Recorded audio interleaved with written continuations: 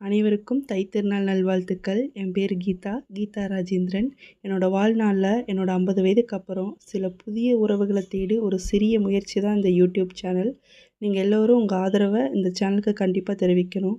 Daily என்ன நடக்குதோ இல்லையோ, நானும் என் பேரனும் இங்கே இருக்க காக்கா, குருவி, கழுகுக்கெல்லாம் மிச்சர் விற்க போயிடுவோம்.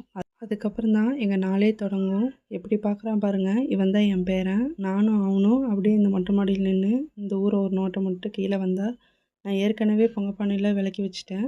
அதுக்கு மஞ்சள் குங்குமம் வச்சுட்டு பச்சரிசி எடுத்து கழுவி உலைய வச்சு விட்றலான்னு ரெடி பண்ணிகிட்ருக்கேன். இதெல்லாம் நான் சூரிய உதயத்துக்கு முன்னாடியே பண்ணணுன்னு நினச்சேன். என் பேரனை வச்சுட்டு என்னால் எதுவுமே பண்ண முடிய மாட்டேங்குது. அவனை மேய்க்கிறக்கே எனக்கு நேரம் சரியாதுக்குன்னு வச்சுக்கோங்களேன். என் பொண்ணு கொஞ்சம் லேட்டாக தான் எந்திரிப்பா. அவள் எந்திரிக்கிற வரைக்கும் என் பேரனை நான் தான் வச்சு பார்த்துப்பேன்.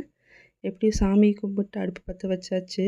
எப்போவுமே என் பொண்ணு எந்திரிக்கிறதுக்கு கொஞ்சம் லேட் ஆகும். அவள் எந்திரிக்கிறதுக்கு முன்னாடி நான் டீ போட்டு வச்சுருவேன். என்ற மருமகனுக்கு இஞ்சி டீனா ரொம்ப பிடிக்கும். அதனால் இஞ்சி தட்டி டீ போட்டு எப்போவுமே வச்சுருவேன். அவங்க எந்திரிச்சிட்டாங்கன்னா இப்போ ஊற்றி கொண்டே கொடுத்துருவேன். இல்லை எந்திரிச்ச கடைசியில் மறுக்கா சூடு பண்ணி கொடுப்பேன். டீ வச்சு முடிச்சுட்டு சாமிக்கு, என்ற கணவர் ஃபோட்டோவுக்கு, அப்புறம் நிலவாசப்படிக்கு எல்லாத்துக்கும் பூ வச்சு சாமி முன்னாடி அலங்காரம் பண்ணி வச்சுட்டா நம்மளுக்கு கொஞ்சம் வசதியாக போயிடும்.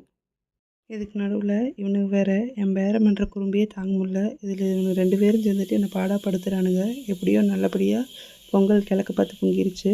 பொங்கினோன்னே ஊற வச்ச பச்சரிசியும் வெல்லத்தையும் இடித்து அதில் போட்டாச்சு. வாழ்க்கையில் நமக்கு மட்டும்தான் இதெல்லாம் நடக்குமா, நமக்கு மட்டும்தான் இந்த சோதனையெலாம் வருமானம் அப்படின்னு ஒரு நாளும் நினச்சிடாதீங்க. ஏன்னா எல்லாத்துக்கும் எல்லா சோதனைகளும் வரும், எல்லா சந்தோஷமும் வரும். இப்போ நான் ஏன் இதை சொல்கிறேன்னா, என் வாழ்க்கையில் நான் எவ்வளவோ பார்த்துட்டேன். நிறைய சந்தோஷங்களையும் பார்த்துட்டேன், நிறைய துக்கங்களையும் பார்த்துட்டேன். சில துக்கங்கள் இருந்தெல்லாமும் சரி, சில இழப்புகள் இருந்தெல்லாமும் சரி, என்னால் இன்னமும் மீள முடியல. ஆனாலும் இப்போ நான் எனக்கு இருக்க சந்தோஷத்தை வச்சு நான் என் வாழ்க்கையை கொண்டு போயிட்டு தான் இருக்கேன். அதே மாதிரி நீங்களும் உங்கள் வாழ்க்கையை கொண்டு போங்க.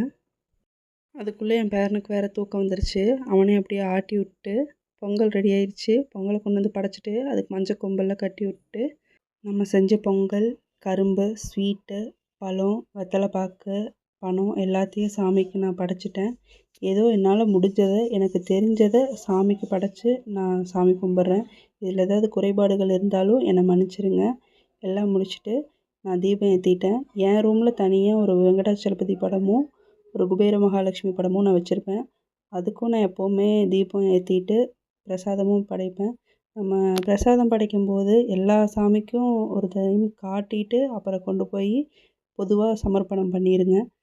எல்லாம் முடிச்சுட்டு எல்லா சாமிக்கும் ஊதுபத்தி, கற்பூரம்லாம் காட்டிட்டு நல்லபடியாக சாமி கும்பிட்டு நான் முடிச்சிட்டேன். அனைவருக்கும் தைத்திருநாள் நல்வாழ்த்துக்கள். இதுதான் நானும் என் பேரனோட புது ட்ரெஸ் எப்படி இருக்குதுன்னு கமெண்ட் பண்ணுங்கள்.